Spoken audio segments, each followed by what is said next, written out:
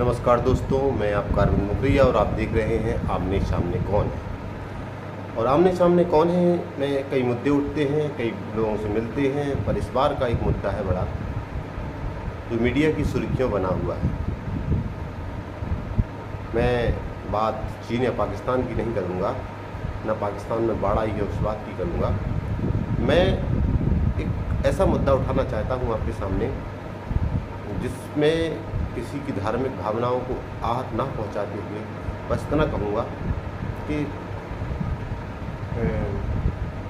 कौन सी घटना है, आप समझदार हैं, बताने की ज़रूरत नहीं। यूट्यूब की मर्यादाओं के अंतर्गत मैं बोलता हूँ और मैं किसी की बुराई नहीं करता हूँ।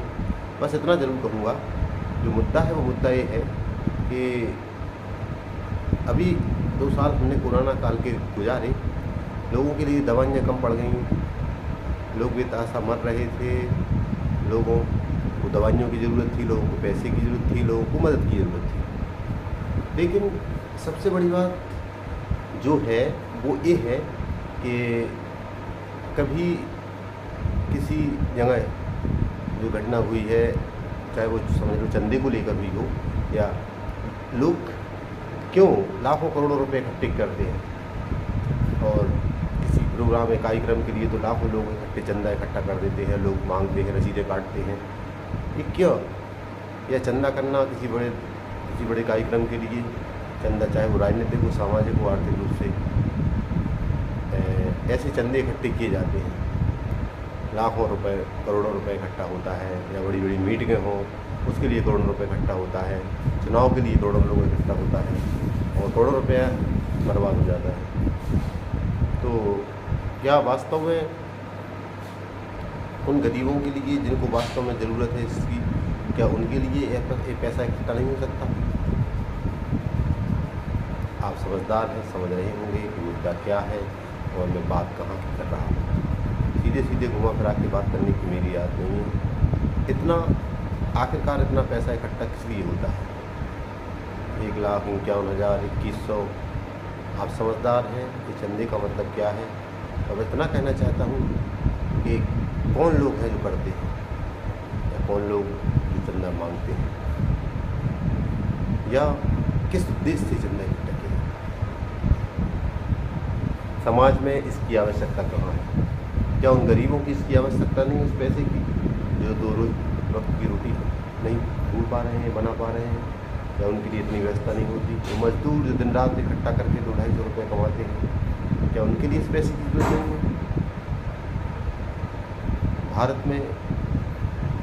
में कहाँ, मैं तो दुनिया की कहूँगा, अमेरिका का राष्ट्रपति चुनाव होता है, जब भी वो इकट्ठा होता है पैसा वहाँ ही बर्बाद होता है। या इंडिया में कोई बड़ा चुनाव हो, वहाँ भी पैसे इकट्ठा होता है, और कोई धार्मिक प्रोग्राम कार्यक्रम हो, वहाँ भी इकट्ठा होता है चंदा। और इस चंदे के साथ साथ पैसे की बर्बादी भी तो होती है, करोड़ों रुपये। मान लो एक छोटा सा उदाहरण दिया जाए है कि हर वर्ष हमारे यहाँ चुनाव होते हैं तो करोड़ों रुपये बर्बाद होता है, करोड़ों रुपए खर्च होता है। अगर इतना रुपए उस देश के विकास के लिए लगाया जाए तो कितना अच्छा रहता है। धार्मिक अनुष्ठान में लोग इकट्ठा करते हैं चंदा, रसीदें बांटते हैं, छोटे मोटे कार्यक्रम में सही है, लेकिन देवी जी का चंदा हम भी देते हैं, गणेश जी का भी देते हैं। लेकिन अगर बड़े कार्यक्रम हो रहे हैं, जयपुर में घटना ऐसी आई थी अभी के, वो पता है आप लोग, बांसुर महाराज आ रहे थे तो उनके नाम पे चंदा इकट्ठा किया गया, और चंदा इकट्ठा किया, उसकी हर मीडिया पे, हर चैनल पर कर रही है। 1,51,000 आपने देखा होगा, फेसबुक पर भी डला है, व्हाट्सएप पर भी ग्रुप में डला है। तो ऐसे चंदों का क्या मान है? मेरा कहने का तो चंदों से मतलब नहीं है, तो उन चंदों के नाम पर वसूली करना, लोगों से लेना, या जो लोग देते हैं स्वेच्छा से, वो भी तो गलत है।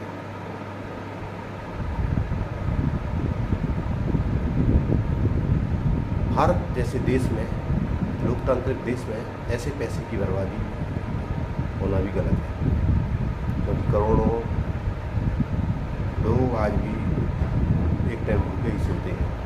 ऐसे लोगों को आवश्यकता है उस पैसे की, या उन मज़दूरों को, या जो मर्द वाले जो लोग हैं उनको वास्तव में उस पैसे की आवश्यकता है। लाखों करोड़ों रुपए इकट्ठा होता है, क्या वो उन लोगों तक पहुंचता है जिन्हें ज़रूरत है? हमारे देश के प्रधानमंत्री जी का जो सपना है कि हर गरीब का अपना घर हो, वो कितना सही है। हर पीने के लिए स्वच्छ पानी हो, वो भी ठीक है। लेकिन करोड़ों रुपए इकट्ठा करके बर्बाद किया जा रहा है, उसका क्या?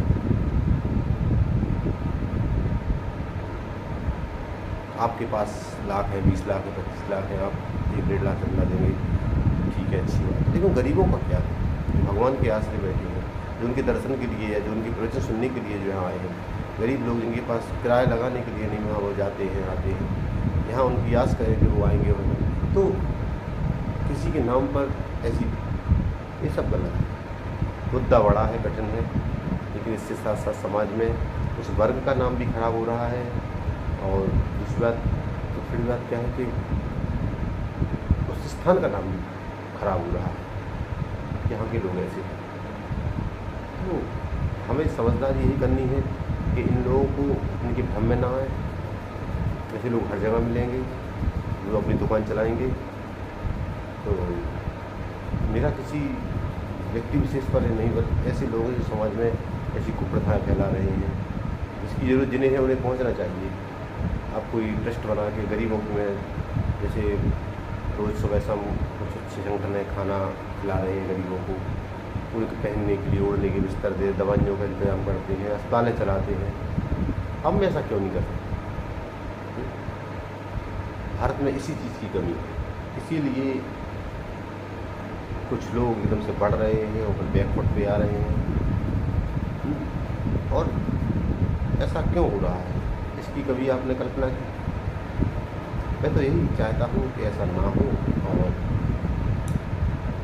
ऐसा होना भी नहीं चाहिए, क्योंकि इससे समाज में अव्याप्तता फैलेगी, लोग सोचने में मजबूर होंगे, कई चीज़ें ऐसी होंगी। बस आपको सोचना है। जितने भी लोग मेरा चैनल देखते हैं, सब्सक्राइब करें, शेयर करें।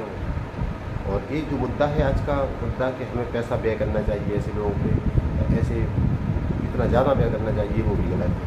तो मुद्दा यही है कि समस्या यही है कि पैसे की बर्बादी रोकना है।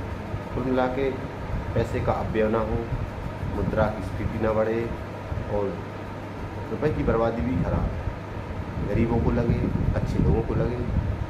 बस इन शब्दों के साथ मैं अपनी वाणी को विराम देता हूँ। नए मुद्दे के साथ फिर मिलते हैं। अगर आपको पसंद आएगा आइटम, लाइक शेयर सब्सक्राइब जरूर कीजिए और कई लोगों तक मेरी आवाज़ पहुँचाइए। समाज के जागरूक मुद्दों के लिए देखते रहिए आमने सामने कौन, नए लोगों का इंटरव्यू भी इस पर आता है, वो भी देखते रहिए। मैं आपका मुदैया और आप देख रहे हैं हमारा चैनल आमने सामने कौन। जय हिंद, जय भारत।